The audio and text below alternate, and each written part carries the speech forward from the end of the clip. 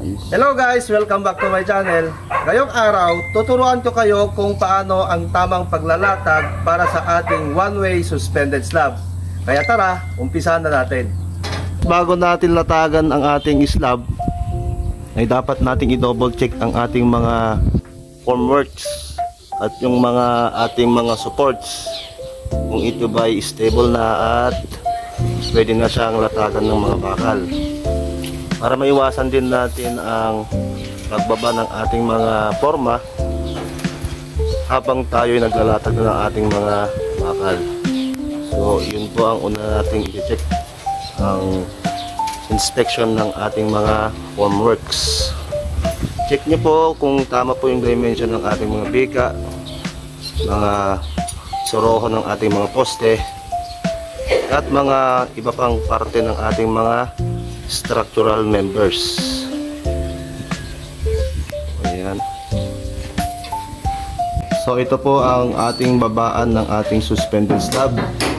So i-double check po natin ang ating mga supports, katulad po dito sa ating mga shoring jacks, mga support ng ating mga biga, at dito po sa ating mga cross beams.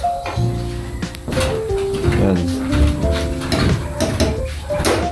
Dapat po naka-level po itong mga to para hindi po parang buntis ang ating slab pag tayo'y magtatanggal ng ating mga forma. Kasi meron pong mga bahay na mas prepare nilang hindi nilalagyan ng mga ceiling ang kanilang babaan ng slab. So kailangan pong maganda ang pagkalapat ng ating mga plywoods at mga supports. Pagdating ng panahon, pag tinanggal natin ang ating mga formworks, maganda po ang kakalabasan ng finish ng ating semento or ating post. Bale, ito po ang ating ginawang sample ng ating cutting list para sa ating second floor slab. So dapat i-check na po natin ito sa actual kung ito'y tumutugma sa actual dimension ng ating second floor slab. At dapat itong cutting list nito ay dapat nagawa na bago natin latagan ng bakal ang ating slab, para minsan na po ang ating paglalatag at mas mabilis ang ating paggawa. So bale, ito na po ang ating mga nagawang mga bakal na ilalatag natin sa ating second floor slab. So naka-prepare na po ito, mga continuous bars, mga cut bars. So ang gawin nyo lamang po ay sundin nyo lamang po yung nasa table na inyong cutting list. At pag nakompleto nyo na po ang inyong mga cuttings, ay maglaan lamang po kayo ng isang karton, tsaka talian nyo lang po yung mga magkakaparehong size, katulad po nito. Bar number 10, yung sukat niya is 113 cm. Tapos yung configuration niya is P. Yung configuration niya, ito po yung itsura ng ating bakal. Dito po tayo magbabase kung may bend or wala ang ating bakal. Katulad po ito, yung B po ng aming configuration ay wala po siyang bend. So ang itsura lamang po niyan ay straight horizontal bar lang siya. So meron din po tayong mga nakabend, lalong lalo sa ating mga continuous bars. So ayan po ang ating mga sample ng ating mga reinforcing rebars. Ito po ang ating plano sa ating second floor slab. So kung mapapansin po natin ay meron siyang cantilever dito sa gilid. At meron po siyang tatlong planted columns. So dito sa plano po ito, ang nakalagay po na ating type ng slab ay S1. So ayan, S1 din po dito sa cantilever slab dito sa may stairwell, kasi meron po ditong closet. Ayun. Tapos dito rin po ay S1. So sa kabuang second floor natin na ito, ang arrangement ang ating bakal para sa ating one-way slab ay susundin lamang po natin itong S1 na ito. So paano ba natin malalaman kung ano pong arrangement ang S1 na yan? So makikita po natin sa ating mga susunod na pages ng ating plano. Bale dito sa ating plano ay nagbigay sila ng dalawang plan ng ating mga bakal para sa slab. So itong one way at itong two way. So ang ating susundin lamang po dito ay itong one way, kasi ito po yung naka-indicate sa ating structural plan para sa ating second floor. So ang ating bakal na gamitin dito ay mga 10 mm. So ano ba natin ilalatag itong plano na ito? So para dito sa ating bottom bars, ang spacing daw po ng ating 10 mm ay 400 mm on center both ways. Yan po ang meaning ng ating OCBW, on center both ways. So para sa ating top bars naman, 10 mm top bars at 300 mm on center.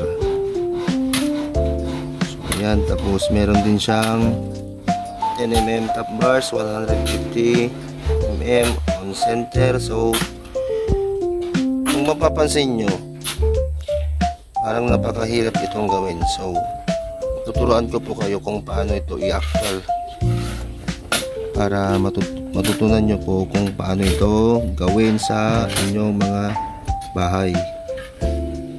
So ito po yung cross section nya. Ito po makikita nyo sa ating side ng column. So ito po yung reflection nya pag kinat nyo po sa gitna itong slab na ito. Pag kinat nyo pong ganyan yung slab, ito po yung ating makikita.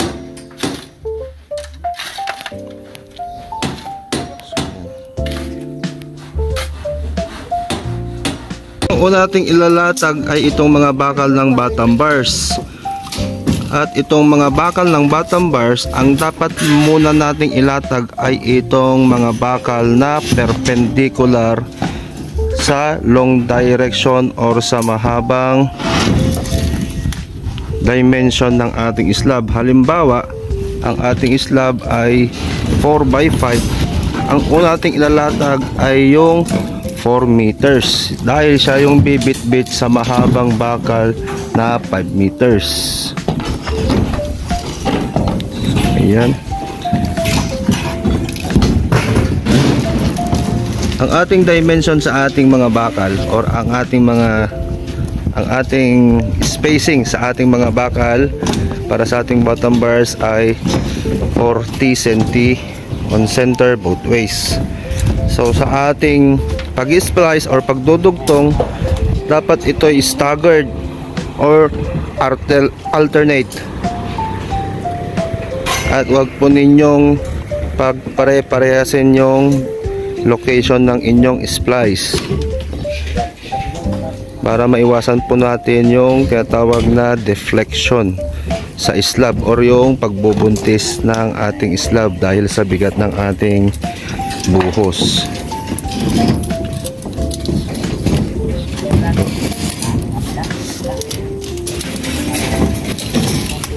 Yan, minamarka na po yung ating mga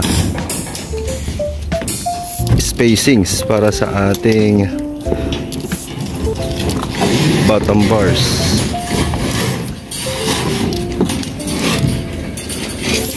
Yun po guys, oh. Kung mapapansin nyo dito na dimension, ito po yung tinatawag na long direction. So kung tayo po ay maglalatag na ng bakal, ang unahin po natin ay yung perpendicular nya or parallel sa short na dimension. So yan po, para pagdating po ng ating mga mahabang bakal, siya na po yung magbibit-bit sa ganitong mga bakal.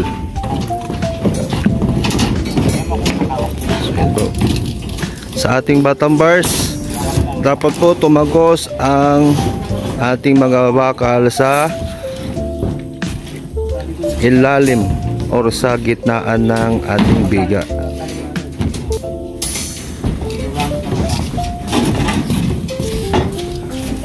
Ayan. Bale, ang ating splice or yung dugtong, yung length ng ating dugtong para sa ating mga bakal ay 70 cm. Safe na po yan para sa 10mm na reinforcing bars.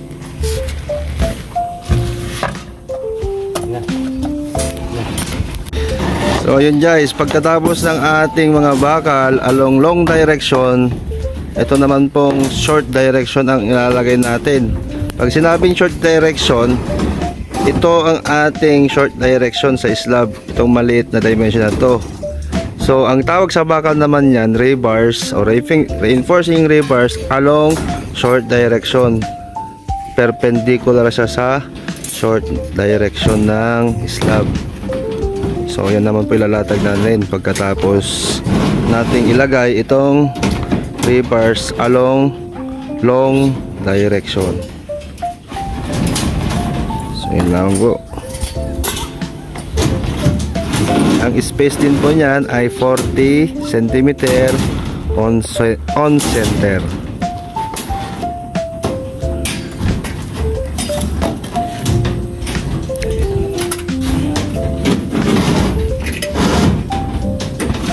Pagkatapos nating ilagay ang ating 40 by 40 cm na spacing both ways para sa ating bottom bars, ang pang tatlong step naman natin ay itong mga cut bars dito sa ating mga bottom bars. Kung mapapansin po natin, ilalagay po natin dito sa mga L/4 itong mga ating cut bars para sa ating one-way slab. So yan, kung mapapansin po ninyo dito sa linyang ito, itong rectangle na ito, ito na po yung tinatawag na L/4. Ayan, ang L/4 ay itong 1/4 ng clear distance ng ating biga, or ito yung distansya ng finish to finish ng biga sa loob. So yan, maglagay lamang po kayo ng ganito para sa ating one-way reinforcing bar para sa ating slab. So yan.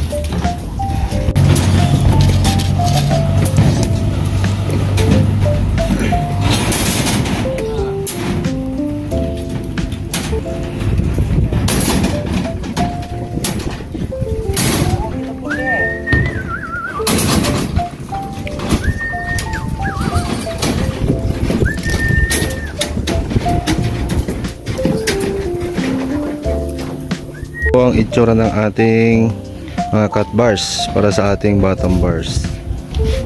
Ayan, dapat meron siyang mga cut bar dito sa may ito, sa square na ito. Ayan. So lalagyan pa natin ng isa dito sa gilid ito para ma-occupy niya ang ating L/4 na area. So ayan. Pagkatapos ng ating mga cut bars para sa ating bottom bars, maglalatag na tayo ng mga bakal para sa ating top bar. So ang ilalagay lamang po natin na top bar para sa ating slab ay dapat dito lamang po siya sa may L/4. So dito lamang po siya sa gitnaan yan. Dito po yung concentration ng ating mga bakal. So mamaya papakita po natin kung ano po yung itsura ng ating mga bakal para dito sa ating suspended slab. Ngayon guys, yung spacing ng ating top bar ay 30 cm or 1 foot. Ito po ay base sa approved plans na ating sinusunod. So ayan. So ito po yung ating continuous bar na top bar. Ayan.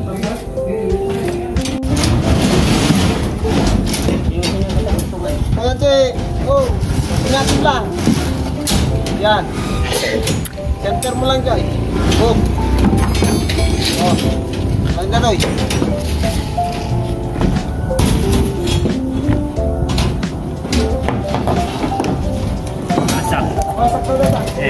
Katapos natin may lagay yung top bar ng ating one-way slab, ilagay na natin yung mga ating mga cut bars. So ang cut bars nitong top bar ay dito lamang po sa gitnaan ng ating biga. So kung mapapansin nyo, nandun po yung ating isang L/4 at nandito rin po yung isang L/4. So ang cut bar natin yan mula dito sa isang L/4 papunta doon sa L/4 ng kabilang slab. So yan lang po ang fill upan natin. At ang spacing yan is 30 cm din on center. So bale sa ating top bar kanina na 30 cm yung spacing nya, mag-insert lamang po tayo ng cut bars na 30 cm din yung spacing para ang mangyayari ay 15 cm po yung spacing ng main bar sa top bar at nung cut bars. So ayan.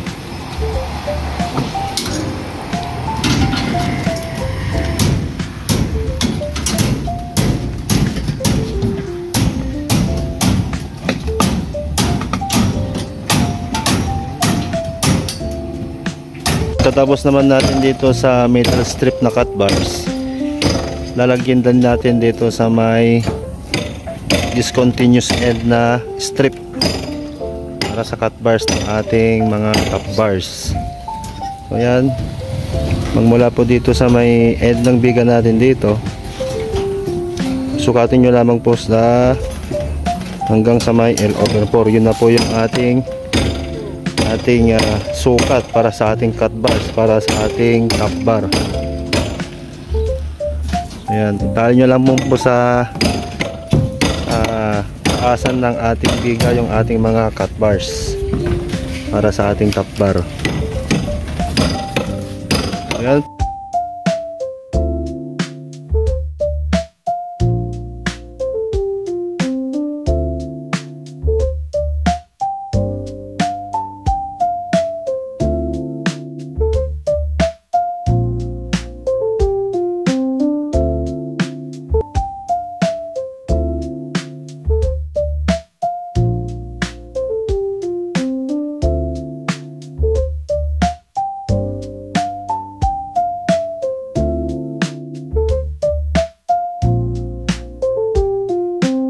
So ganito po itsura ng one-way slab. So yun, yung top bar nya hindi na po siya dumiretso dito. So yung concentration po ng one-way slab, ang top bar nya ay nasa middle strip lamang po ng L/4. Kasi dito po yung ating L/4, yung 1/4 ng ating slab. So yung top bar nya ay dito lamang po siya dumidiretso, mga continuous bar nya. So ayan po. Wala sigarilyo na po. Wala nang buhay.